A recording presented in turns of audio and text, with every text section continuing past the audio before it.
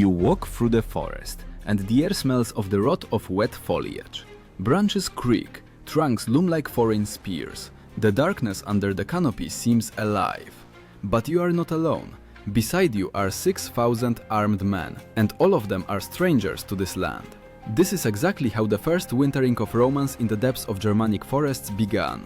The question that has troubled historians for 2000 years: how did the legionaries manage to survive surrounded by enemies, deprived of the empire's familiar comforts? The ancient historian Tacitus wrote that Germanic winters were harsh, and the land itself was damp, gloomy, and hostile to strangers. For Romans accustomed to the mild climate of Italy and Gallic plains, the encounter with this world became a trial not only by weapon, but also by cold.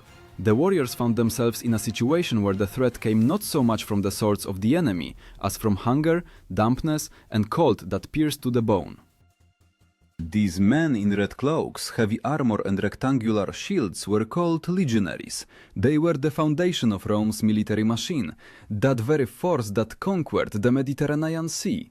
But here, in the lands of the Germans, their tempered discipline faced for the first time an opponent that could not be defeated in open battle: winter. Archaeological finds in the Lippe region, where the Romans built fortified camps, show the first winterings were accompanied by colossal difficulties. Remains of fire pits and charred grain kernels indicate that legionaries had to dry bread and turn it into hardtack so it wouldn't rot from dampness. This simple but vitally important technique became the symbol of their survival. To designate wintering, Romans used the term hiberna. This was not just a camp, but a place where soldiers lived for months, cut off from home. Hiberna transformed into small towns behind palisades where people slept, ate, repaired weapons, and waited for spring. Imagine a fortress of wood and earth, surrounded by the darkness of hostile forests, where beyond the wall every rustle could mean an attack. The image of legionaries of those winters resembles players who were thrown onto the field without a coach and without spectators, and now they must survive, relying only on their own discipline. The legate, the legion commander, bore responsibility for thousands of lives, but no order could cancel the cold or find food in empty storerooms. It was precisely in such moments that the Roman army showed not the strength of swords, but the strength of organization. Historians debate who exactly among the commanders first decided to leave troops to winter in the depths of Germanic lands. Some sources attribute this to Drusus the Elder, stepfather of Tiberius, others to Tiberius himself, the future emperor. But it is known for certain, the end of the 1st century before our era and the beginning of the 1st century of our era became the time when Rome first faced the task of holding conquered lands in winter. And it was then that the question of supply, discipline, and moral fortitude of legionaries proved more important than military tactics. Hardtack, or as they called it, bucellatum, twice-baked dry bread, the analog of modern hardtack, but they were not just food. This was a guarantee of life. Twice-baked bread, which could be stored for weeks, allowed the soldier to survive even if the enemy burned the fields and cut off supply routes. But which of us could live for months on such food, breathing smoke from wet fires and listening to the howl of a foreign forest beyond the wall?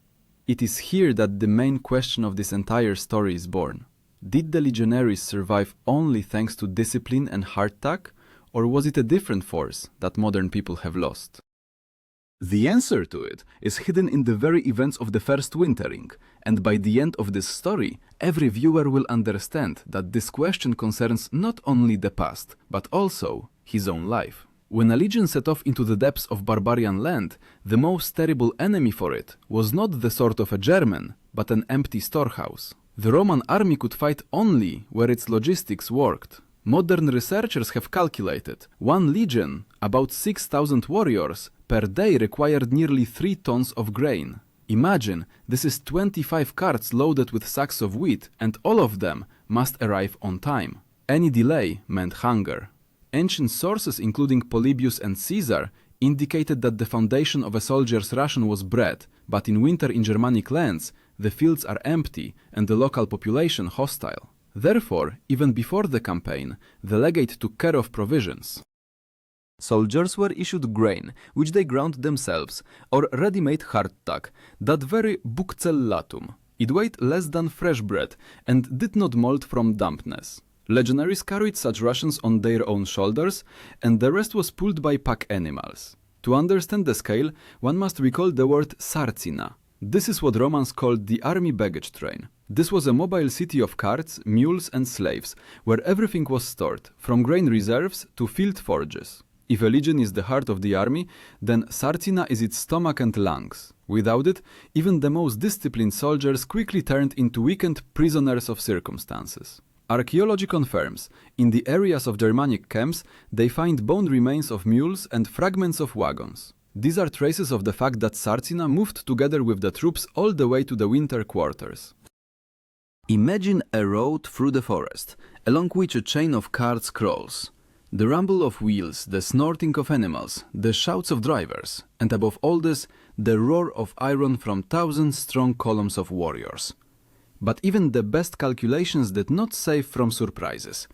Pack animals died from cold, roads turned into mud, bridges had to be built anew. In such a situation, centurions, commanders of centuries, became key figures.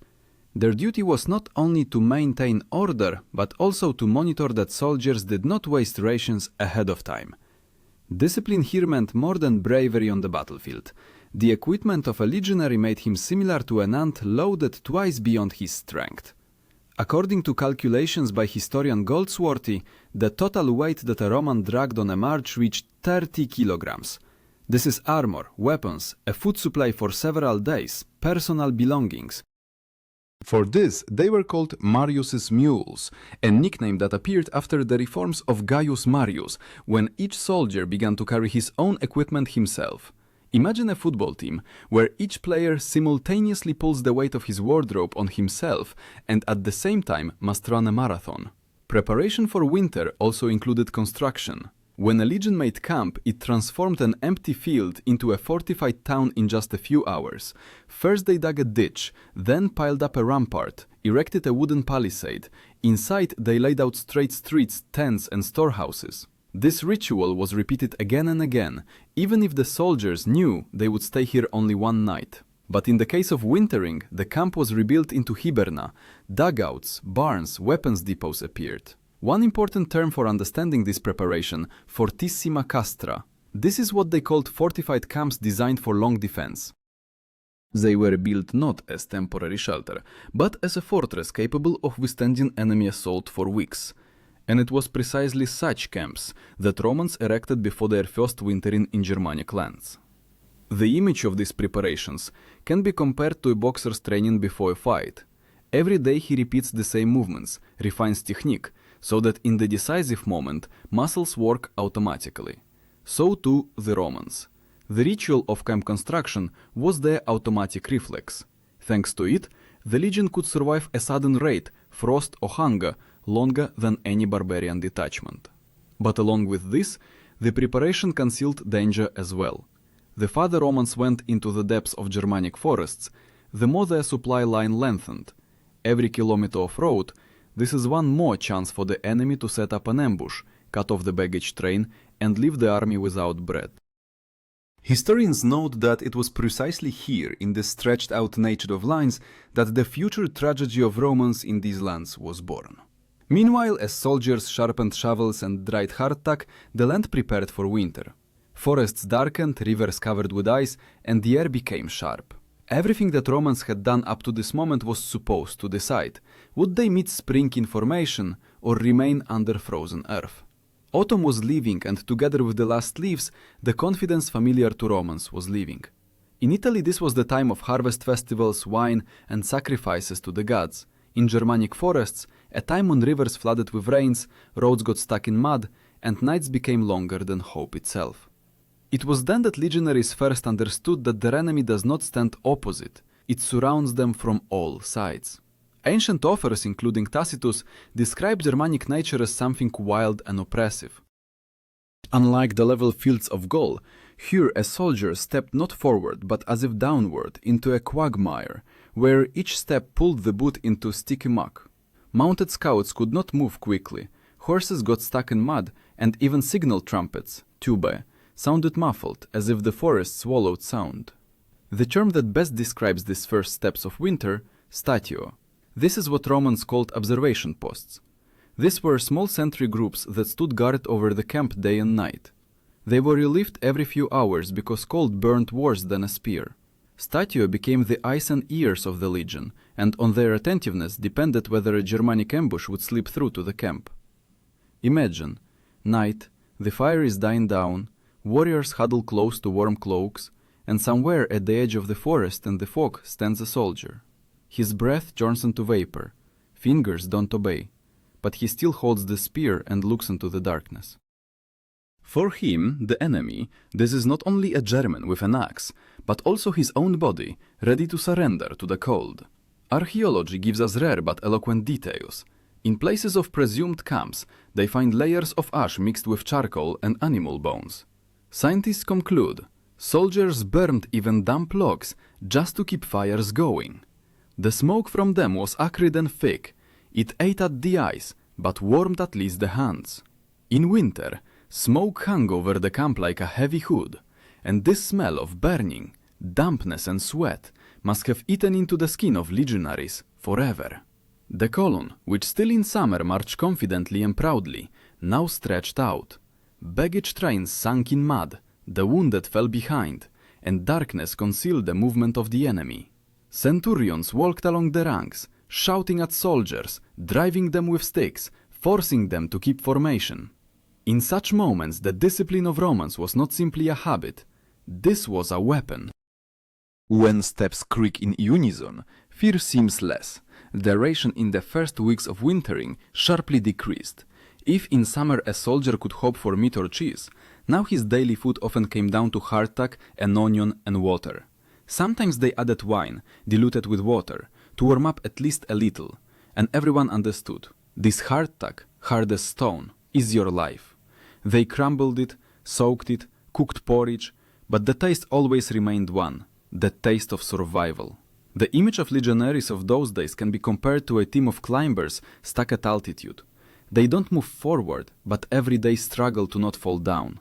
The camp, enclosed by ramparts, turned into their cliff, on which they clung to life, and all around, a cold sea of forest, without end or edge. Historians diverge in opinions on how strong the resistance of local tribes was in this first winter. Some believe the Germans preferred to wait until the enemy weakened itself. Others claim that constant sorties and small attacks kept legionaries in tension. But one thing is obvious. Every day they woke with the thought that today the enemy might strike. For the commander, the legate, this was a special trial. He had to maintain confidence, give orders and show example, but in his heart, as in the hearts of soldiers, lived the thought, will there be enough strength to survive until spring? In such moments decisions were not written in reports and did not reach historians. They remained in the breath of cold morning, when the legate rose first, put on his cloak and made rounds of the watch. The wintering began not with battle, but with slow, exhausting depletion. First, people lost strength, then faith, and then comrades. Every day could be the last, and it was precisely then that discipline turned into the only shield against despair. Winter arrived. Not calendar winter, but real, the kind you feel in your bones, when the boot freezes to the ground and breath turns into icy needles. For Romans, this was the first acquaintance with Germanic cold, and it proved merciless. In Italy winter, this is rain and light cold. Here though, icy winds, wet snow, and darkness lasting longer than the day. Ancient authors described Germanic winters as a time when everything around became dead and motionless. But in this darkness, the enemy came alive. Germans did not attack in masses. They acted with small detachments that crept up to the camp and disappeared in the forests faster than the alarm signal sounded.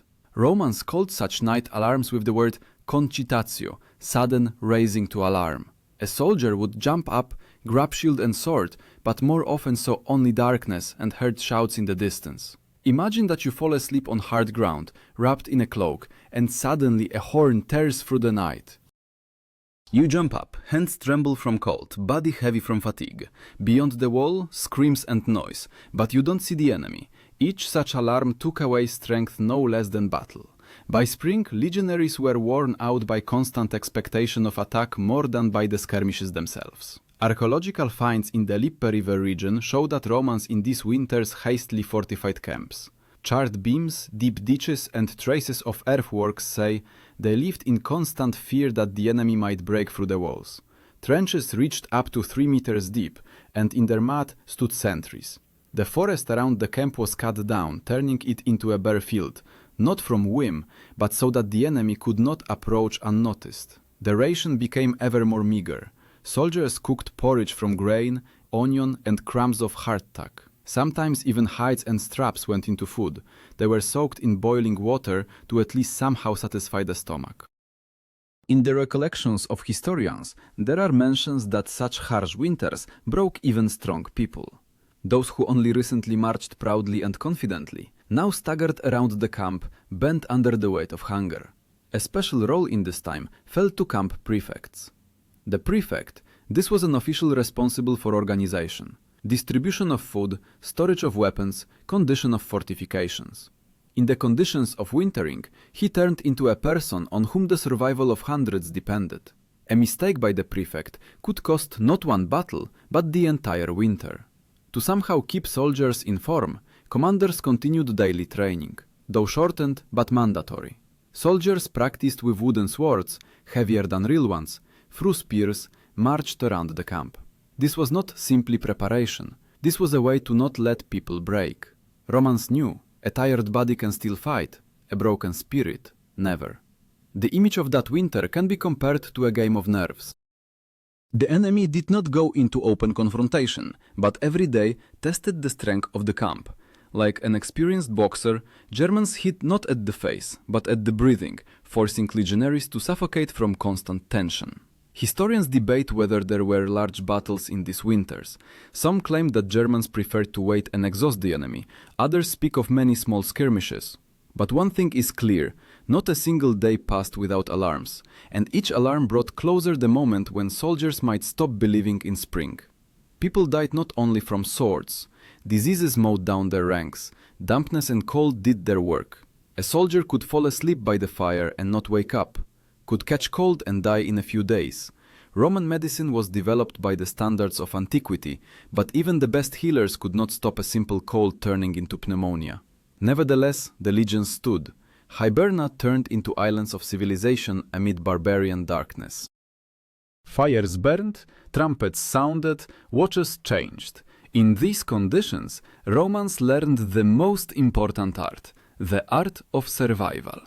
And it was precisely this that determined who would see spring and who would remain in the frozen earth of Germanic forests. Spring does not come suddenly. In Germanic lands, it is felt as a slow turning point. Snow turns into viscous slush, ice comes off rivers in jerks, nights become shorter, but the air remains permeated with dampness. For Romans, this was not a triumph of nature, but a test. Did they survive until the moment when they could move again? Each winter left behind empty places in formation, and when the sun began to break through the grey sky, legionaries for the first time could count the real losses. Ancient sources such as Tacitus and Velleius Paterculus noted, wintering in Germanic lands invariably exhausted the army more than battles themselves. Diseases and hunger took away hundreds of lives. But it was precisely this trial that made those who survived doubly valuable to the command. A legionary who survived winter was a hardened warrior, knowing that victory comes not only from the sword, but also from patience. The term that symbolized the end of this agonizing period, exitus. In military lexicon, this meant the army's exit from camp in spring, the beginning of a new stage of campaign. Exitus was not simply movement. This was the moment when soldiers again felt themselves not prisoners of cold, but an advancing force. The column exited the camp, trumpets thundered, and the ground under their feet trembled from thousands of steps. Imagine the picture. The gates of Hibernia open, and from the gloom of timber and earth fortifications emerge the survivors. Their faces have become gaunt, beards have grown, steps have become heavier. But discipline has not disappeared. Shields gleam, spears are raised, trumpets sing old marches. This is not the same army that entered Germania in autumn. This is an army that passed through the meat grinder of winter. Archaeology complements the picture. In layers related to winter camps, they find animal bones with characteristic knife marks. Everything was eaten down to the last tendon. There they also encounter charred grains, remains of ceramic pots, and iron parts from carts. All this says that surviving warriors left camps, leaving behind only burned ruins and traces of struggle for life. For the legate, the moment of exodus was simultaneously a victory and a report before Rome. He could set the army in motion, but had to explain how many people were lost and what their combat readiness was. Historians note that a successful exit from wintering strengthened the career of a commander no less than a one battle, because he proved that he knew not only how to fight, but also how to preserve the army. However, not all winterings ended well. In the recollections of Tacitus, there are hints that individual garrisons could lose entire cohorts from diseases and attacks. And if precise figures about such tragedies were not preserved, it is only because Rome preferred to remember victories, not defeats. Nevertheless, the very fact that legions continued to winter in these lands again and again speaks to the resilience of their system. For a simple soldier, spring meant not rest, but a new campaign.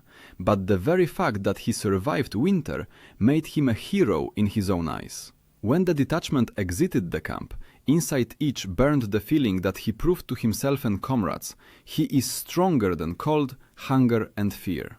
This transition from darkness to light can be compared to an athlete who survived after an exhausting marathon. He doesn't win a gold medal, but the very fact that he reached the end already turns him into a winner. So to the Legionaries. They exited not with triumph, but with confidence that they became stronger than before. The historical consequences of these winterings were enormous. Rome became convinced that holding Germanic lands means every year sacrificing hundreds of lives not only in battles, but also in camps. And although the empire still continued to build outposts, it was precisely the experience of winterings that showed the limits of its expansion. At some point it became clear, the Germanic forest can be passed through with battle, but cannot be completely conquered. Nevertheless, the very tradition of winterings became established in Rome's military system. Hiberna became a mandatory element of campaigns, and each new army sent to the north knew it would have to meet winter face to face. This experience Romans inherited forever, and it was precisely this that made their army one of the most resilient in history. Spring brought not only hope, but also understanding of the price of survival. Romans who survived their first Germanic winter exited camps as different people. Their faces were gaunt, hands cracked from cold, and gazes heavy from what they saw. The death of comrades not in battle, but from hunger and diseases. For ancient warriors accustomed to the glory of battles, this was a trial far more agonizing, to die not with sword in hands, but in silence, on the wet ground of camp. The historian Velleius Paterculus, who himself served in Germanic campaigns, wrote that the discipline and patience of legionaries made possible Rome's retention of conquered territories. But he also admitted, these lands would never become truly Roman. Cold and endless forests broke imperial confidence, just as a German's axe broke a shield. In this lay the main outcome of the first wintering. Rome understood that victory does not always equal control. The term by which Romans themselves designated such patience was constantia. This word meant steadfastness of spirit, the ability to maintain order even in the most difficult conditions. Constantia was considered one of the main military virtues, and it was precisely this that allowed legionaries to survive winter when there was not enough food, warmth, or peace. Imagine the image. Legionaries sitting by the fire, chewing hard hardtack, warming hands over weak flame. Wind howls in the walls of the camp, snow crunches under the feet of the sentry. And yet they are silent, keep formation, wait for the next trumpet signal.